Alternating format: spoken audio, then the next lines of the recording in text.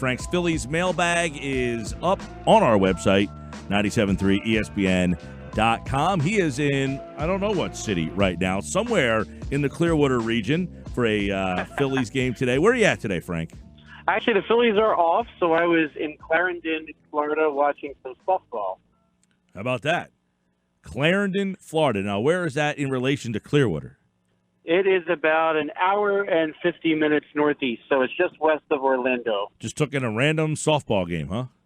No, well, the place where I teach. So they were down here playing. So I used the Phillies off day to go check out Rosemont College softball. Nice. All right. Well, Phillies with an off day today. So a couple things to get to before we get to the mailbag. One, Keith Law just put out his rankings of the top 30 farm systems. He has the Phillies at number 22 on the list. So obviously 5 years that Clintack and McPhail have been here, and they have not been able to fix this farm system. Do you find those rankings to be, accurate? 22. Are they still a pretty bad farm system?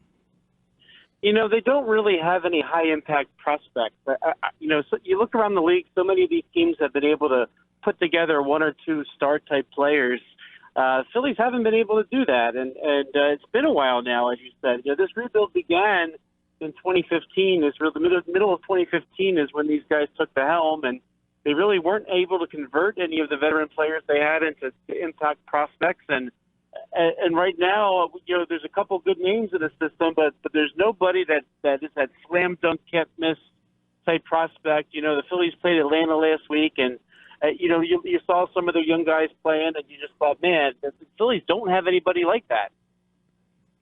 Let's go back to then the trade, the last trade Ruben Amaro made, really the significant one before the new regime took over, and that would be Cole Hamels to Texas, where they had a number of prospects involved in that trade, Frank, right? They got Nick Williams, they had Eichhoff, they've got Alfaro, and two other players. I think Diekman might have been involved. I forget everybody involved, but none of them have made any significant impact on the team. Now, do you... Well, Alfaro got traded. Well, Alfaro did get traded.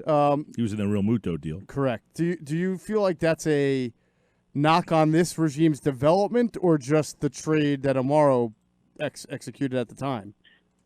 I still think Amaro made a lot of really good trades. Now, the types of players he was picking up, a lot of that had to do with the development work. The Cole Hamels trade in particular, the fact that Jorge Alfaro is a starting major league catcher out of that deal, that's not bad. They got a little bit out of Eichhoff for a while.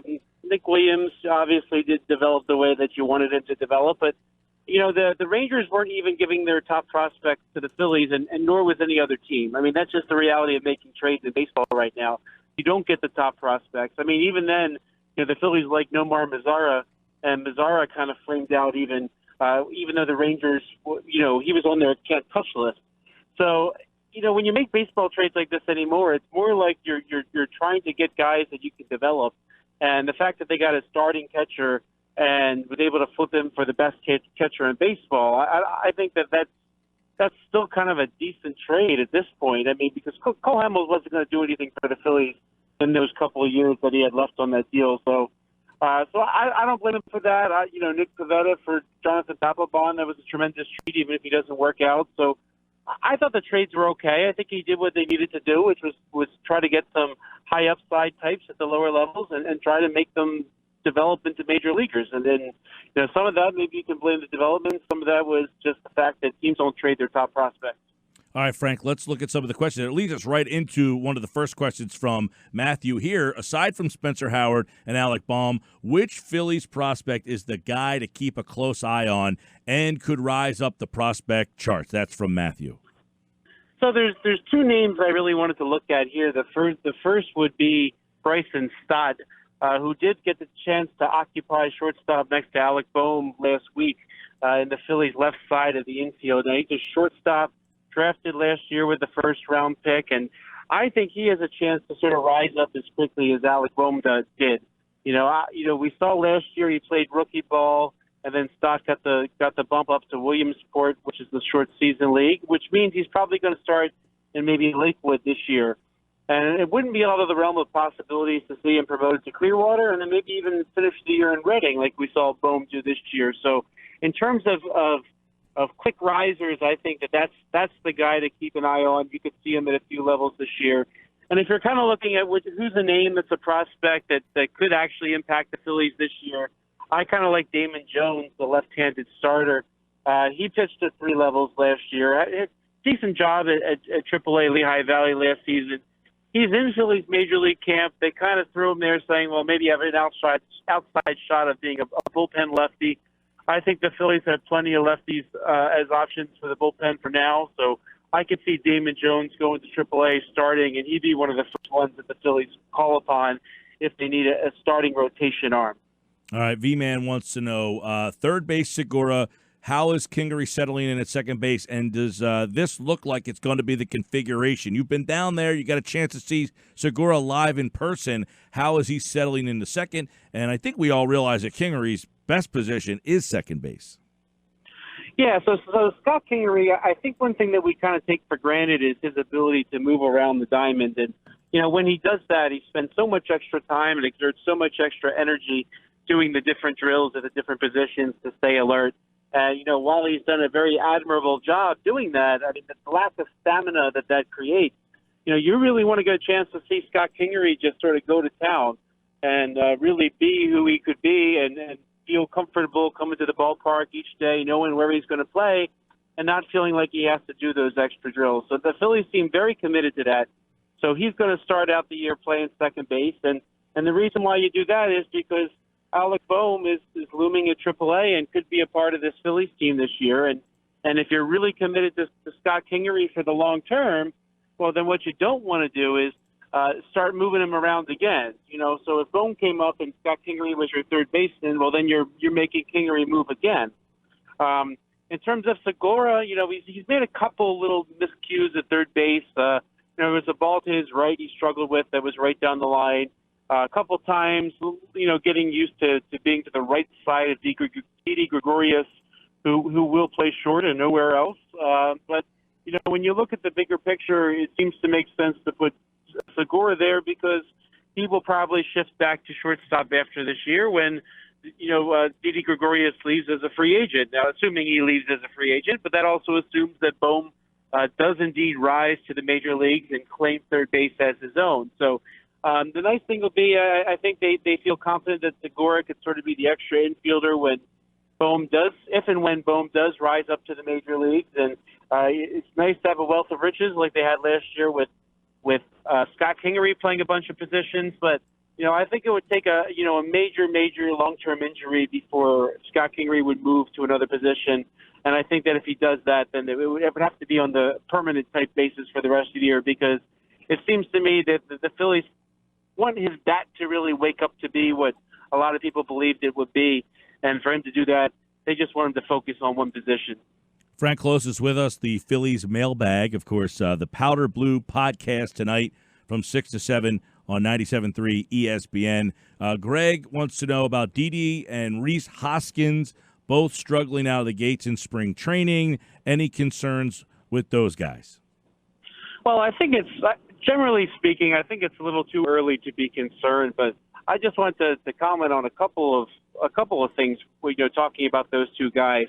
When you're talking about Didi Gregorius, you're talking about a veteran guy who's been through this plenty.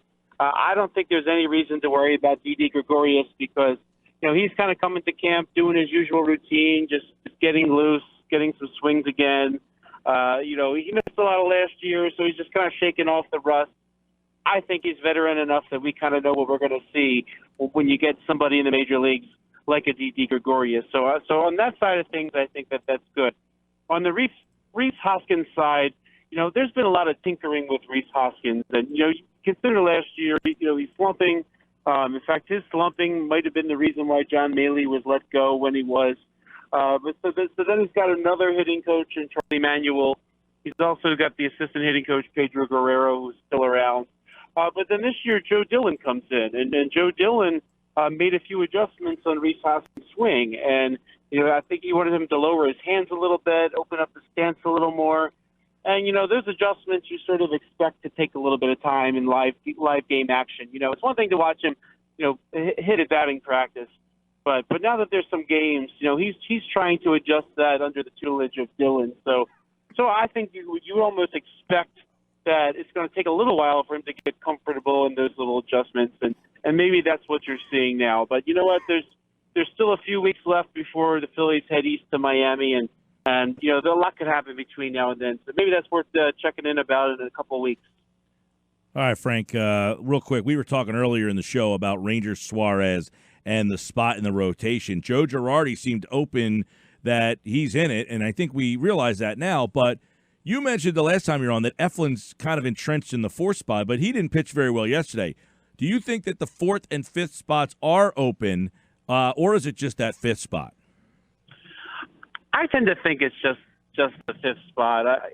Of the three guys, Velasquez, Pivetta, and Eflin, that seem to have been around forever, Eflin was the one who seemed to have it mostly together, and he really seemed to relax at some point last year when he basically started ignoring the pitching coaches. But I think the pitching philosophy this year works better with him, and I think that we saw enough of him pitching very, very well that they feel very comfortable giving him that fourth spot in the rotation. Now, I haven't heard anything to indicate that it's kind of up for grabs. And a guy like Eflin, if he kind of feels like he's got the job, well, then when you feel like you have the job, then you work on the pitches you want to work on. You're not trying to be competitive against the Atlanta Braves and Northport on a Monday night.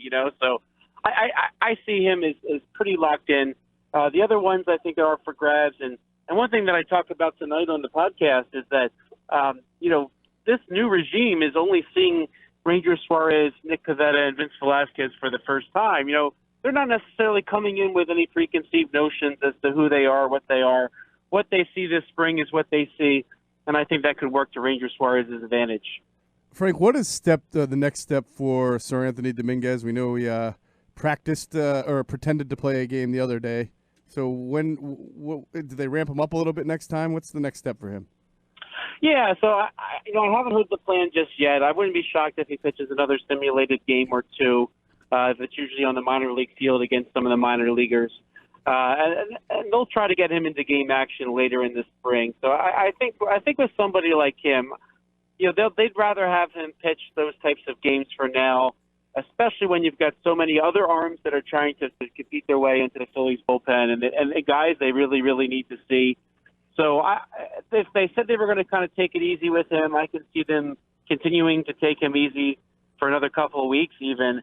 And maybe you don't even see him in game action until the last week. But that doesn't necessarily mean he's not ready. I think that they want to monitor him a little bit more closely, make sure he's back on track. And in the meantime, some of these guys that need to basically tell the Phillies through their performance whether or not they're going to make the team, you need to see them pitch those innings in the games.